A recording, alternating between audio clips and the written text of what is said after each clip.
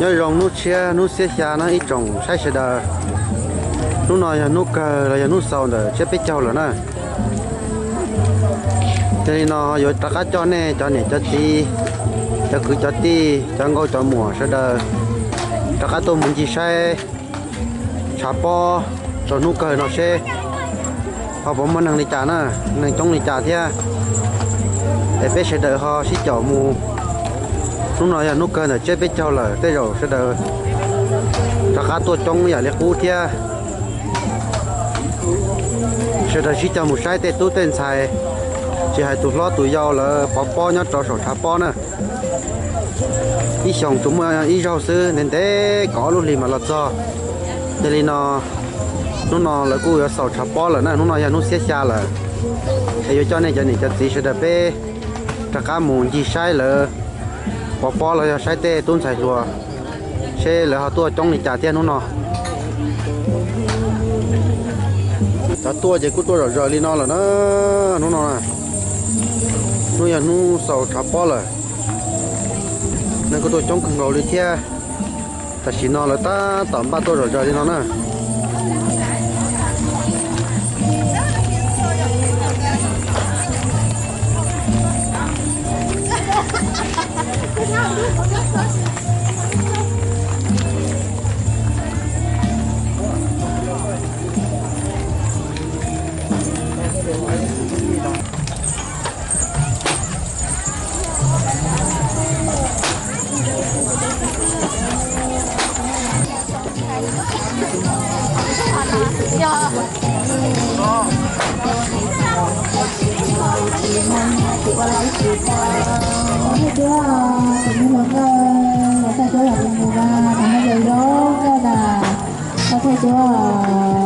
cái chuyện ban nào cho lý con cho bé chuyện thao nó sẽ xa nó nên cô trời cơ ngồi đi là kia cho nó đi là cô một chế ta là nó đây nó trời cô cho nó cho không trong nó là sư chồng số mấy rau sư thì nó cho nó đi nó về thì cho nó đi có một chế ta là thì nó của giờ cho nên một sai là bỏ là giờ tuôn thầy rồi nó cho nó chết xa nó sẽ họ bấm mua cho rong câu là giờ cho rong đi trả là chết nè trả nó tết xe là cũng ba chỉ tàu chi xe là cũng chỉ tàu tua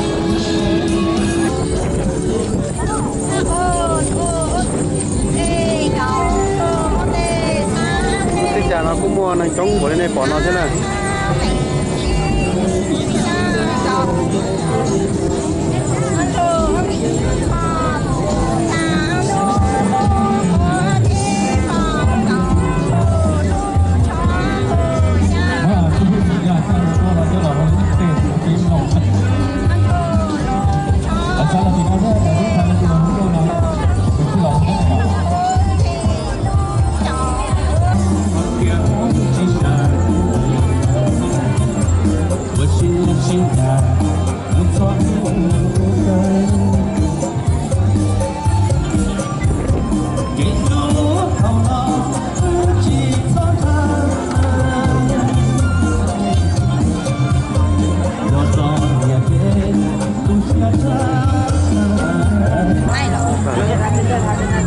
nhớ rong tao xin đâu cái thầy mong thằng đó chị mong già nó nhớ cả thứ tôi bỏ nó lạc ngoan nhở bây giờ tuần thầy cho số cần có một chơi xong là cầu gì xong nó có chơi cần tới thế xong nó có cởi nhau không đó chị một chai à lúc về không đi chai nó nè chị sẽ muốn già nó nhở có xíu đi chào đi chào chị có nhà tuần thầy thi đó chị tuần thi à nên mới chơi viên giàu à ý tuần thầy chứ đó có lần thầy có nhà tuần thi á chị à thi à chắc biết cho nó có lời gì thế à chị lời gì bắt tao mua tổ lô hay lên à chị tao à giờ lên nó chơi tí lòng thấy ít tụi nó con đấy lỏ lấy mà giờ lên nó sẽ theo các tụi lên sáu tông theo tụi bên bố sẽ giờ đi chả có một xin quảng có mong sinh quảng có cho đại đua trong chả sư cho để đuôi nó xuống với nó xuống thay đó lên sáu tông này đuôi gì rồi lâu cô tàu có số lúa chỉ hở à cô ấy tuần chạy lo xe cần cầu theo cho số cái cầu đi nè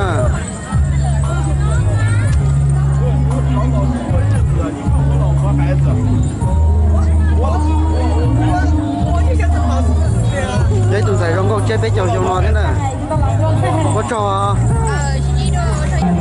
nhớ rong à giờ sẽ muốn nói chi à muốn vui đó nhớ có tiếp tục bỏ bỏ nó nhớ là hoang giờ lúc bé đi cha mày ra vui nó giờ có một chơi xong rồi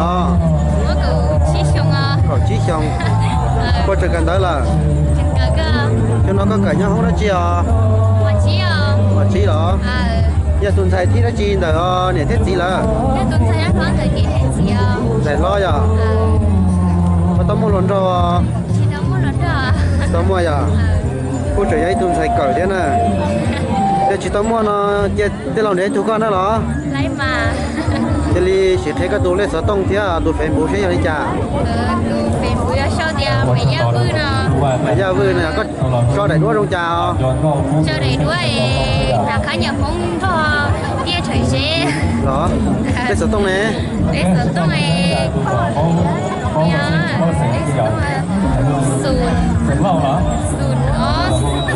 sùn chi bên đưa plau đó cô ấy tuần thầy cho xuống cần cầu kia cho nó những có lo thế nè tao cá thằng này bỏ nơi lại sau sẽ đi cô tao cho nên có cho luôn sẽ nè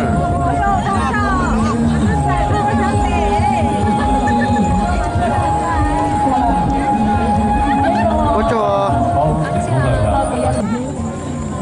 nhớ rồi à không à có tiền đâu có nhà mong sẵn cái gì mong lâu lắm để nhớ hạt tôi bỏ nó nhưng có tội bán bèn nhưng bánh bèn giờ có một chơi xong rồi xong chia này là rồi chồng nàng ngồi xong giờ có xe đi chả giờ cái mẹ đang chồng à đi mệt ra chầu giờ có chơi cần đó chứ người ta đó trong nó tức là thăm mẹ nhau nên nó có này thế gì nhau ba bỏ lửng đó ba mẹ mới là thế bố đó cái nhà tuần xài thì nó chi à xài lo kia giờ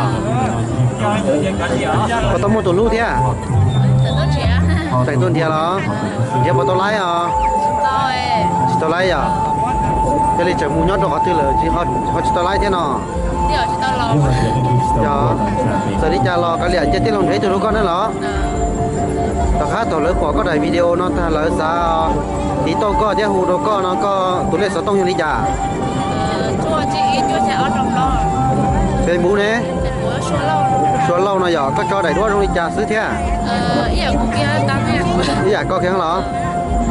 Cô ấy tuần xài lo xe thế à, rong câu cơn gò, cho số cơn gò nó nhớ sáng bắn bèn tua.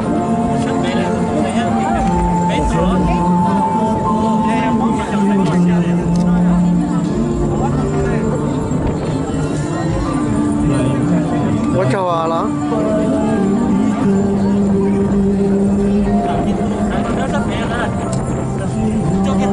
Nhớ đâu à? Nhớ đâu à? Có tiền đâu có giờ sản phẩm đó chi à? Sản cũng lâu à? Không lâu đó. Nhớ có tôi bỏ bỏ nó. Nhớ nồng hết. Nhớ nồng hết giờ, nhớ đây cần cầu chứ. Có một cái chơi xong là. Cầu chua. Cầu chua xong. Có chẳng cần đó. Chẳng cần. Xem nó có nhớ cởi nhớ trâu không đó chi sư. Cờ xong ó. Cởi chúng ó giờ cởi đó chi. Cởi gì à? Cái gì đó. Cởi đó nó là cởi hậu viên à. Cởi nó sao? Cởi nó giờ. Có là gì thế xong là nó nè. Lo gì cơ? Lo gì cơ giờ. Có tao mua tụi lúa à. Đâu? Tao mua à? Vậy nó chơi tí lòng thế tụi con đấy lắm. Lấy mà. Cho nên nó chỉ theo các tụi này sở tông thế à, tụi ấy đâu nó sao? Lấy cơ. Tụi sở tông rồi sở nó sở cha gì trâu chi sở chi. Bên bố nè. Bên bố giờ lúc sau la của mẹ. Lúc sau lá không mê nó đó. Vậy mà. Giờ sao tấm lo à? Sở thầy. Đỡ thải đó. tao cá tao này bỏ nên để đó là sau xe đến có giấy tuần thầy cho xuống từng nồi kia cho sao đồng hết tua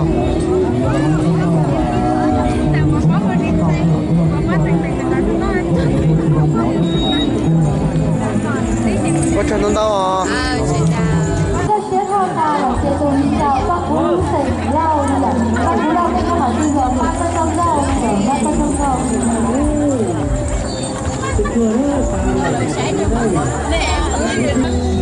nhớ rồi à có tiền đâu có nhân thầy mong sừng đất chi à sừng vào đó nhớ tôi bọc bao nó nó chết trở dễ à có một chiếc xong là xong nó nè qua trận cản đó nên nó nào đã chi là xưa nên nó nào đã chi xưa nó sợ cái nhà xưa à có lo gì chứ cháu chỉ lo gì mà chỉ một tổ lúa à cái nhà tôi xài thiết đấy chi à lúc đây hôm cha nó nè xanh này à bây giờ tôi xài cho số cần ngầu chứ giờ chỉ tao một tổ lúa nó thì lòng dễ tôi đâu có nữa lọ nhưng nó chỉ thấy cái tổ lệ sáu tông chứ à tụ phải bù đâu nó sẽ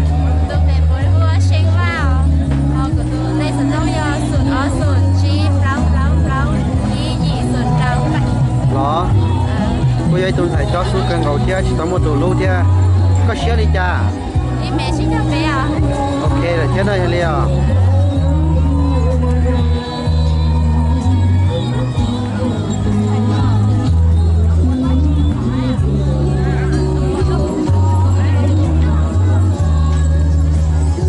cái nhà tôi thấy thịt đó chị à thịt lâu rồi à thế mà chơi thịt dầu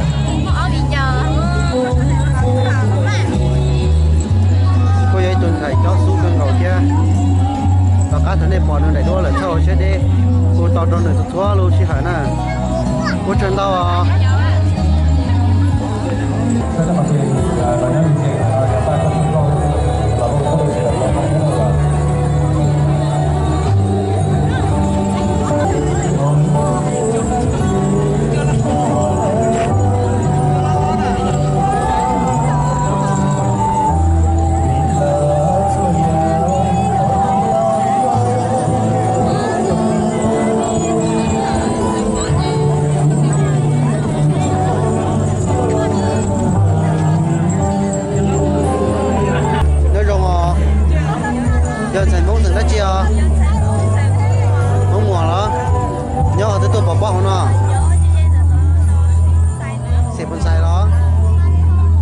chơi xong rồi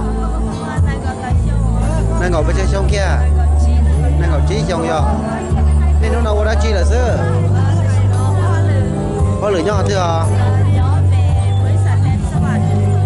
đó có lò gì thế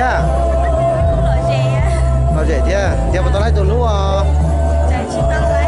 tao lấy nó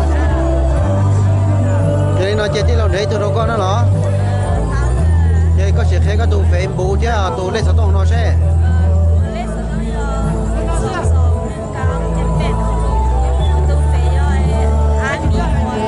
mì mùa nó giờ giấy tôi xài ô lửa thiết đó cho su cơ ngầu thiết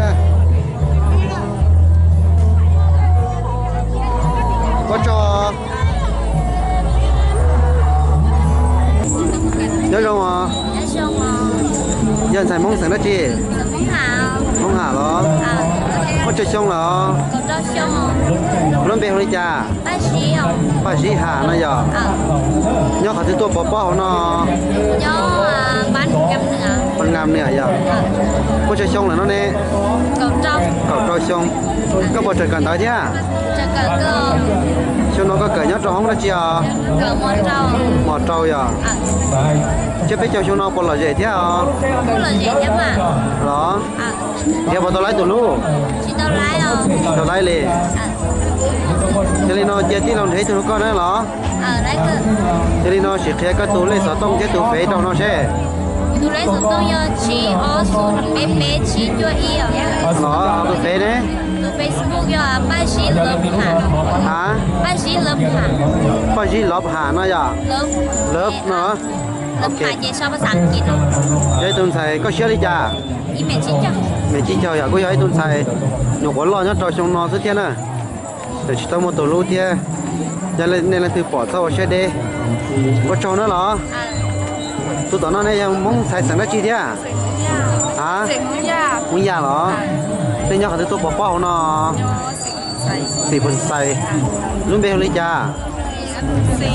Xì nó lo. Có một chỗ xong là xì. Cậu cho xong. Một chỗ cần đỡ. Chứ nó có cởi nhát cho không đó chi. Mò trâu thế à? Có cởi mò sò đó chi à? Xì phần hương à?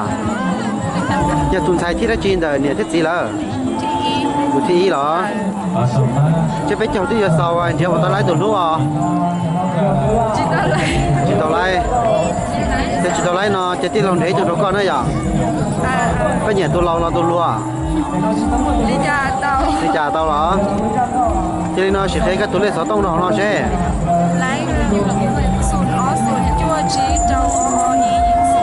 Bên bố nè. Mày xí giang cái sau. Đây món nào giờ phát sáng kia đó. Phát sáng kia giờ. Có giờ ý tuần thầy rong gông cần ngầu tia, cho số cần ngầu tia nè.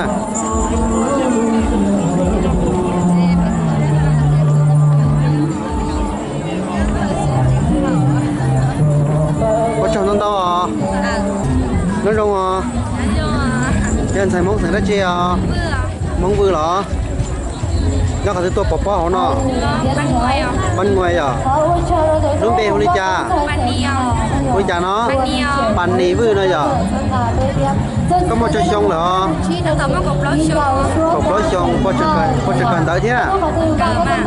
Chứ nó có cởi nhá không đó chi? Một bé là có xe đi cha. Chỉ cho trâu à? Cũng ok rồi chứ. Chứ biết cho tí giờ sau chứ bỏ tao lấy tụi nụ thế à? Đó. Thế nên nó chỉ làm thế tụi con nữa là. Thì nó sẽ thấy cái túi lên sáu tông kia à, túi phế cho nó sẽ. Phế sẽ là. Bây giờ sau đi cha. Có sau tụi đỡ lo làm đỡ mẹ. Cho đỡ lo làm đỡ mông. Đỡ mông là. Có cho đầy đuôi trong trà sư. Đầy đuôi tăng để lo bữa lắm. Đó. Giờ tuần sai thiết ra chi đó nè thiết gì? Một cái lần sai sữa giờ. Tôi ấy tuần sai nhục một lo tia. Cho số cơ ngầu nữa. Và cá thổi này bỏ nữa là sau sẽ đi. Cô tao cho nên tôi lúc sẽ ở tia.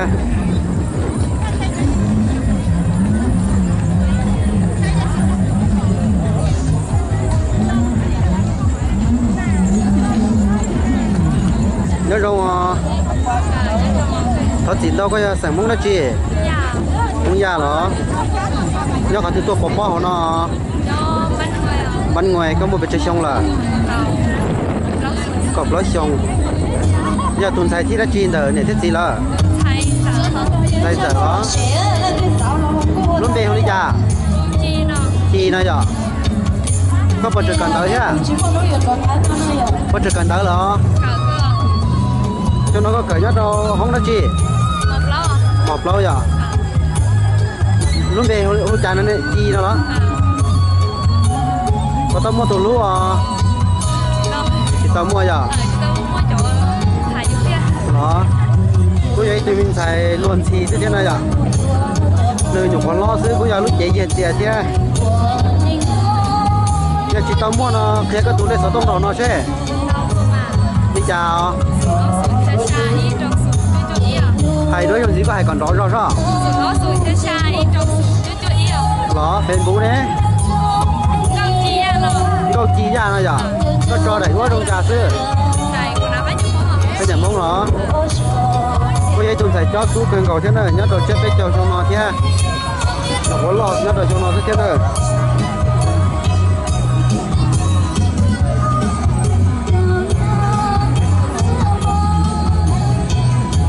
Có cho nhớ rồi mà có tiền đâu có xài mông sẵn đất chi mông da này nhau luôn rồi thì tôi bỏ bao nó con ngàm nó có một chơi xong là tôi về không đi trà thế à nà lý ya nà giờ có chuyện cần đó nà lý cho nó có cởi nhớ trâu không đã chi à Một chi à. bỏ chi có cởi trong mò sò đã chi à Một sổ xịt thì buồn hương nhở có loại gì thế nó nè Một cơ. ở thế lọ và tao mua tủ lu Chị tao à.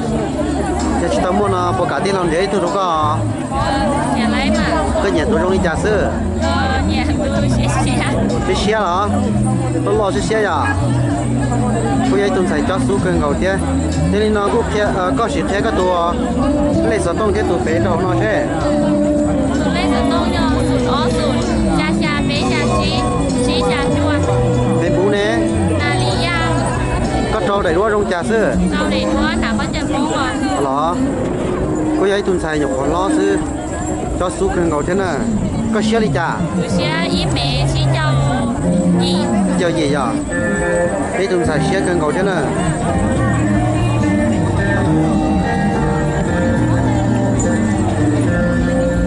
có cho nói rằng họ chỉ đâu cho sản phẩm đó chị không mùa đó nhớ cả thứ tôi bỏ nó nồng he giờ nó đây cần cầu tua thế có một chơi xong là có gì xong luôn về không đi cha luôn xong mùa này giờ tôi bỏ hậu sản phẩm nó bỏ là gì thế lọ thế lọ có tao mua tủ lúa tao mua mấy tôi tao chơi lúc nào là bao lâu này giờ lúc từ đây mà đã một chế ít chỉ giờ chỉ tao mua tủ lúa bây giờ cho nên nó có cả tiền lâu chế tủ lúa đâu có thế để lâu thế lúa là có chủ ok nữa đó cho nên nó sẽ thấy cái tủ này số tông nào nó sao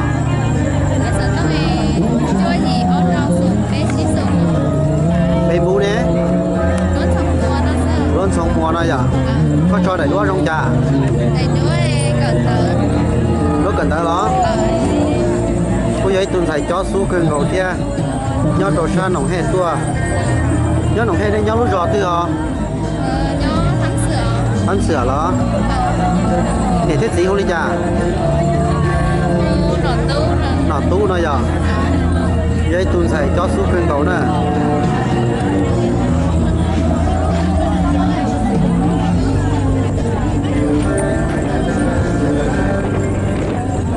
có cho tao đâu à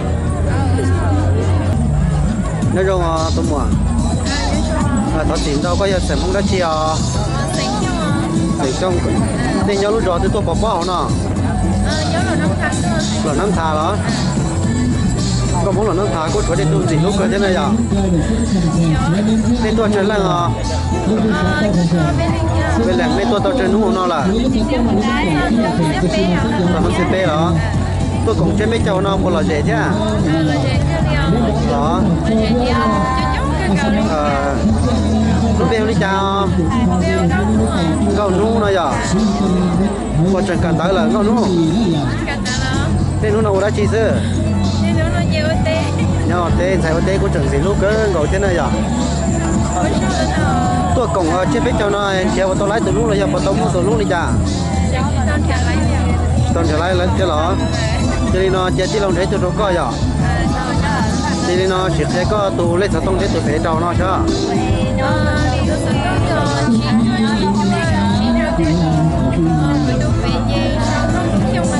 còn nuôi trông cho tầm không là đỡ phát sản kia đó phát sản kia giờ còn cho các hai tụ lấy sao tông lấy trong gì cho đó giấy tuần thầy cho số cân cầu kia tua sao là năm thả tua nữa giấy tuần thầy thì đó chị thì à cái liền toàn sinh cái thứ gì lúc cân cầu cho nó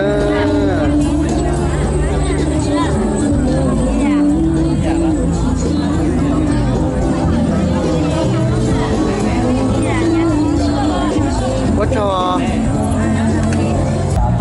nó rong à có tiền đâu có giờ sẽ mong nó chi à muốn nhà rồi này nhau cả thứ tôi bỏ nó bé nhớ nồng hèn tua nhau cả thứ hèn nó nòng hèn nó lúc về hôm đi chào xua nó giờ cũng già giờ không có bị chơi xong nữa xua hả đang ngồi xong nữa giờ tuần sai chỉ đã chi đời này thích gì là tôi có cái gì đó có chờ cần tới không có đã chi sư này lúc nào nè nhớ sư là có tao mua đồ lúc thế à đó tôi thấyผมmua giờ giờ phải tao lại là giờ nó giờ chỉ làm thấy tụi con nữa nó thế nó chỉ thấy các số này số tông thế à tụi bé đó nó thế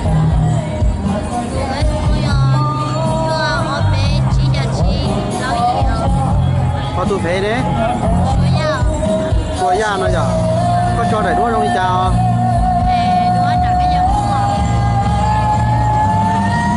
bây giờ tôi phải cho số cân gạo kia nhớ đồ xa nồng hèn qua có xíu đi chả ok giờ tôi phải xíu cân gạo thế nào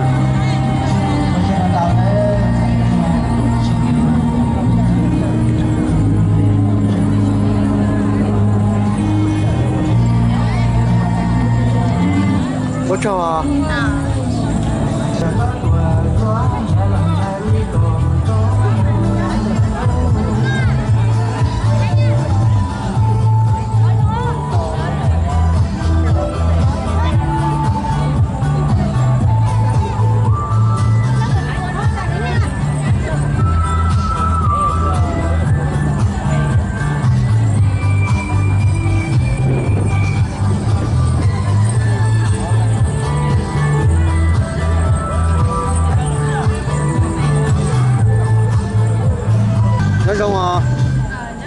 giờ xài mông sừng đó chị muốn giờ này nhau còn tới tụi bao nó nhau ban đồng hả có chơi xong hả có chơi xong luôn về đi cha ban đồng nó giờ ban đồng da nó giờ có bộ trời dân xây cần đó cho nó có cởi nhớ cho không đó chi hả có dạng thì xong ý giờ có xía đi cha mẹ chỉ cho gì đó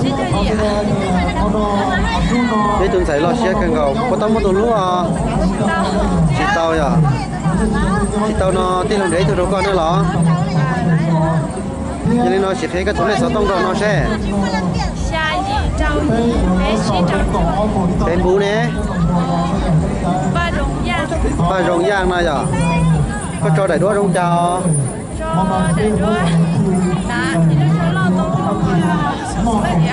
đó cô ấy tuần sai cho số cơ ngầu chia một phần lo cô ấy tuần sai cởi tới vào sáng kỹ trong ý thế này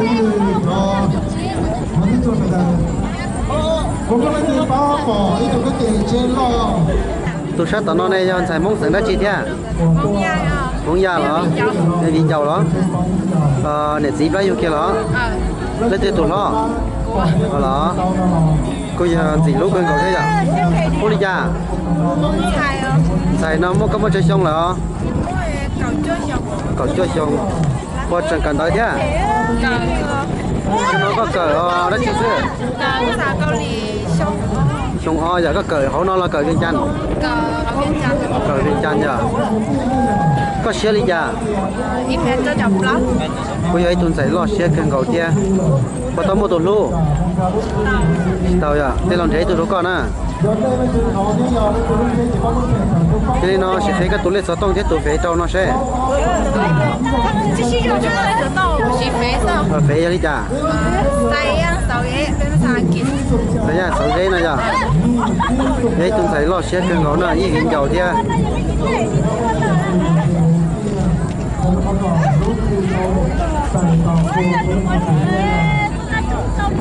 có cho nhau là thế gì à cầu chia thì nó cũng cho này cho tí cho không cho nhiều sợ đời tôi sai đi trồng tôi sai lúa thì cái là bỏ lò tròn chè lên này bỏ nó xứ thia ba xe bên mà lấy xí đưa để chia 我只能到这那错能错多，我那就找天把生下苦了，做着弄闹呢。弄闹要一弄些香的，被路把这被焦了。这呢，这那是的，让地晒蒙宝宝了，到这里那是把些被马上几多的切。